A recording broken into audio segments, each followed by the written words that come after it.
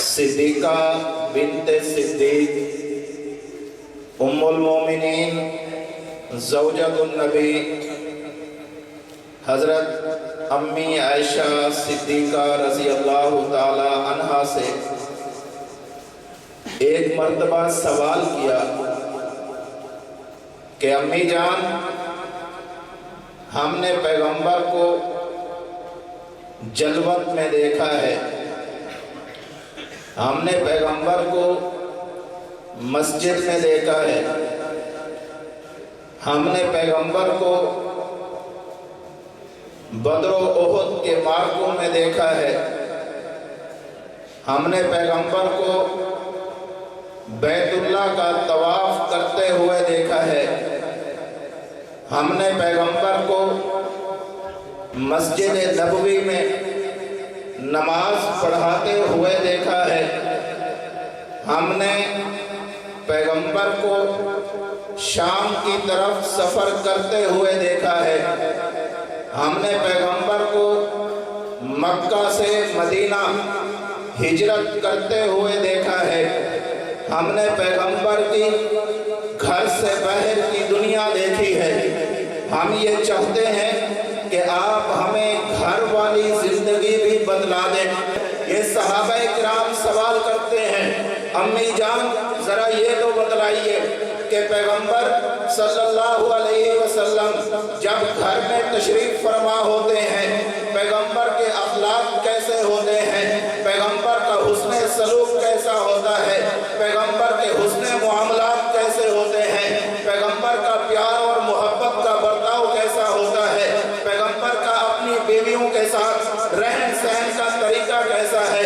دوسرے لفظوں میں یوں پوچھنا چاہتے تھے، صحابہ کرام نے عرض کیا امی جان ہمیں بتلائیے نا پیغمبر کے اخلاق کیا ہیں۔ امی جان جواب دیتی ہیں، ایک ہی جواب دیا ہے، ایک ہی جواب دیا ہے، اور آج تک 14 صدیوں کے اندر جتنے بھی سیرت نگار آئے ہیں، 14 صدیوں کے اندر جتنے بھی پیغمبر کی سیرت لکھنے والے آئے ہیں، ان 14 صدیوں کے اندر جتنے بھی پیغمبر کی سیرت کو بیان کرنے والے آئے ہیں، ان 14 صدیوں کے اندر پیغمبر کے اخلاق کو بیان کرنے والے آئے ہیں، سب سے زیادہ مختصر مگر سب سے زیادہ جامع جواب ام المومنین سیدہ عائشہ صدیقہ رضی اللہ تعالی عنہا کا ہے۔ حضرت امی عائشہ فرماتی ہیں، کان خلقہ القرآن، پیغمبر کا اخلاق کیا پوچھتے ہو؟ پیغمبر کا اخلاق قرآن ہے، سراپائے قرآن۔ اب قرآن پڑھنا شروع کرو، پیغمبر کے اخلاق شروع ہو جائیں گے۔ قرآن پڑھنا شروع کرو، سیرت شروع ہو جائے گی۔ قرآن پڑھنا شروع کرو، پیغمبر کی زندگی شروع ہو جائے گی۔ قرآن پڑھنا شروع کرو، پیغمبر کی زندگی یوں کھلتی ہوئی سامنے نظر آئے گی۔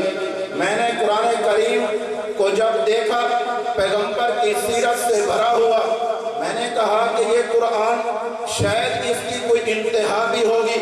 میں آپ کو لیے چلتا ہوں در رسول پر، اللہ کے پیغمبر صلی اللہ علیہ وسلم ارشاد فرماتے ہیں، لا تنقضی عجائبہ، یہ جو اللہ نے میرے سینے پر قرآن کریم نازل کیا ہے، یہ قرآن کریم ایسا ہے، اس کے عجائبات کبھی بھی ختم نہیں ہو سکتے، اور ختم نہ ہونے کی وجہ یہ مخلوق کا کلام نہیں ہے، یہ خالق کا کلام ہے۔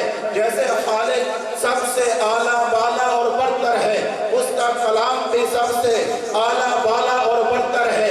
جیسے خدا کے اندر کوئی زوال نہیں ہے، خدا کے کلام کے اندر بھی کوئی زوال نہیں ہے۔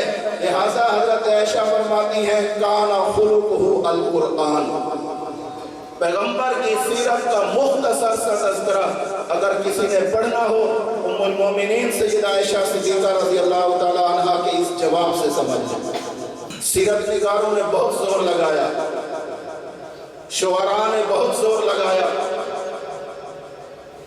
اور آپ کی مدح سرائی کرنے والوں نے، آپ کی ثنا خوانی کرنے والوں نے، آپ کی شان اور منقبت کو بیان کرنے والوں نے بہت زور لگایا، بہت اتنی کوشش کی کہ پیغمبر کی زندگی کا کوئی پہلو نہیں چھوڑا جس پر انہوں نے کام نہ کیا ہو۔ پیغمبر اٹھتے کیسے، بیٹھتے کیسے، باہر کی زندگی کیسی، اندر کی زندگی کیسی، ایک ایک جز پر لکھا ہے۔ اور ایک عربی کا شاعر ہے، اس نے اللہ کے رسول صلی اللہ علیہ وسلم کی منقبت میں 40,000 اشعار لکھے، 40,000 اشعار۔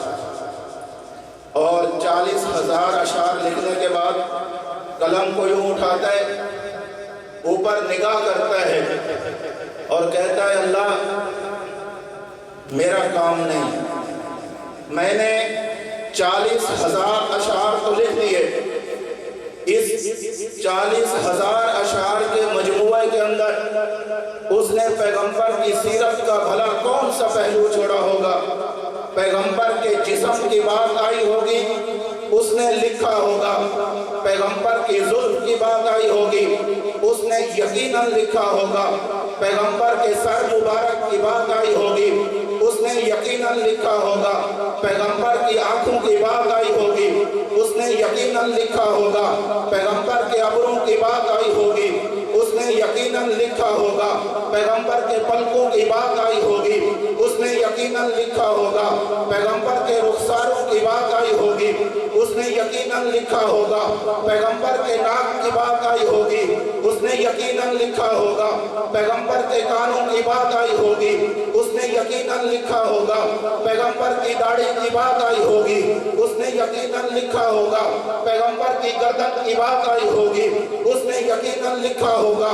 پیغمبر کے شانوں کی بات آئی ہوگی، کندھوں کی بات آئی ہوگی، اس نے یقیناً لکھا ہوگا۔ پیغمبر کے سینے کی بات آئی ہوگی، اس نے یقیناً لکھا ہوگا۔ پیغمبر کے بازوں کی بات آئی ہوگی، اس نے یقیناً لکھا ہوگا۔ پیغمبر کے ہاتھوں کی بات آئی ہوگی، اس نے یقیناً لکھا ہوگا۔ پیغمبر کی ٹانگوں کی بات آئی ہوگی، اس نے یقیناً لکھا ہوگا۔ پیغمبر کے قدمین کی بات آئی ہوگی، اس نے یقیناً لکھا ہوگا۔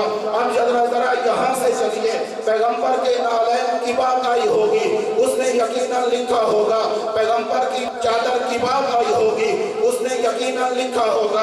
پیغمبر کی قمیص کی بات آئی ہوگی، اس نے یقیناً لکھا ہوگا۔ پیغمبر کے جبے کی بات آئی ہوگی، اس نے یقیناً لکھا ہوگا۔ پیغمبر کی ٹوپی کی بات آئی ہوگی، اس نے یقیناً لکھا ہوگا۔ پیغمبر کے دستار کی بات آئی ہوگی، اس نے یقیناً لکھا ہوگا۔ پیغمبر کے عصا کی بات آئی ہوگی، اس نے یقیناً لکھا ہوگا۔ بلکہ میں یوں کہنا چاہتا ہوں، پیغمبر کی ولادت کی بات آئی ہوگی، اس نے لکھا ہوگا۔ پیغمبر کی رضاعت کی بات آئی ہوگی، اس نے یقیناً لکھا ہوگا۔ پیغمبر کے بچپن کی بات آئی ہوگی، اس نے یقیناً لکھا ہوگا۔ پیغمبر کے لڑکپن کی بات آئی ہوگی، اس نے یقیناً لکھا ہوگا۔ پیغمبر کی جوانی کی بات آئی ہوگی، اس نے یقیناً لکھا ہوگا۔ پیغمبر کے سفر کی بات آئی ہوگی، اس نے یقیناً لکھا ہوگا۔ پیغمبر کے نکاح کی بات آئی ہوگی، اس نے یقیناً لکھا ہوگا۔ پیغمبر کے ازواج کی بات آئی ہوگی، اس نے یقیناً لکھا ہوگا۔ پیغمبر کی اولاد کی بات آئی ہوگی، اس نے یقیناً لکھا ہوگا۔ پیغمبر کے اصحاب کی بات آئی ہوگی، اس نے یقیناً لکھا ہوگا۔ پھر پیغمبر کے اوصاف کو بھی لکھا ہوگا۔ پیغمبر اٹھتے کیسے تھے لکھا ہوگا۔ پیغمبر بیٹھتے کیسے تھے لکھا ہوگا۔ پیغمبر بولتے کیسے تھے لکھا ہوگا۔ پیغمبر کا حسن سلوک کیسا تھا لکھا ہوگا۔ پیغمبر کا معراج کیسا تھا لکھا ہوگا۔ پیغمبر کی ہجرت کیسی تھی لکھا ہوگا۔ پیغمبر کا بدر و احد کیسا تھا لکھا ہوگا۔ پیغمبر کے غزوات کیسے تھے لکھا ہوگا۔ پیغمبر کی زندگی کے ایک ایک جز پر اس نے لکھا ہوگا۔ لکھنے کے بعد اپنا قلم یوں آسمان کی طرف اٹھا کر کہتا ہے، یا اللہ میں نے لکھنے کی کوشش تو کی ہے، 40,000 اشعار کا مجموعہ بنا کر بیٹھا ہوا ہوں، لیکن سمجھ میں نہیں آ رہا محمد کی سیرت کو تمام لکھوں، محمد کی سیرت کو کمال لکھوں۔ اس نے لکھا بھی ہوگا، پیغمبر کی رعنائیاں بھی لکھی ہوں گی، پیغمبر کی خوبیاں بھی لکھی ہوں گی، پیغمبر کے اخلاق بھی لکھے ہوں گے، پیغمبر کا جمال بھی لکھا ہوگا، پیغمبر کا جلال بھی لکھا ہوگا، پیغمبر کے ساری زندگی کے معمولات کو بھی لکھا ہوگا۔ لیکن سارا کچھ لکھنے کے باوجود آخر کار تھک جاتا ہے، آخر کار قلم رکھ دیتا پر رکھ کر تھوڑی دیر بیٹھتا ہے کہ اب میں کیا کروں، پھر دوبارہ کاغذ کو اٹھاتا ہے، قلم کو اٹھاتا ہے اور ایک شعر لکھتا ہے، کہتا ہے تھکی ہے فکر رسا مدح باقی ہے، تھکی ہے فکر رسا مدح باقی ہے، تمام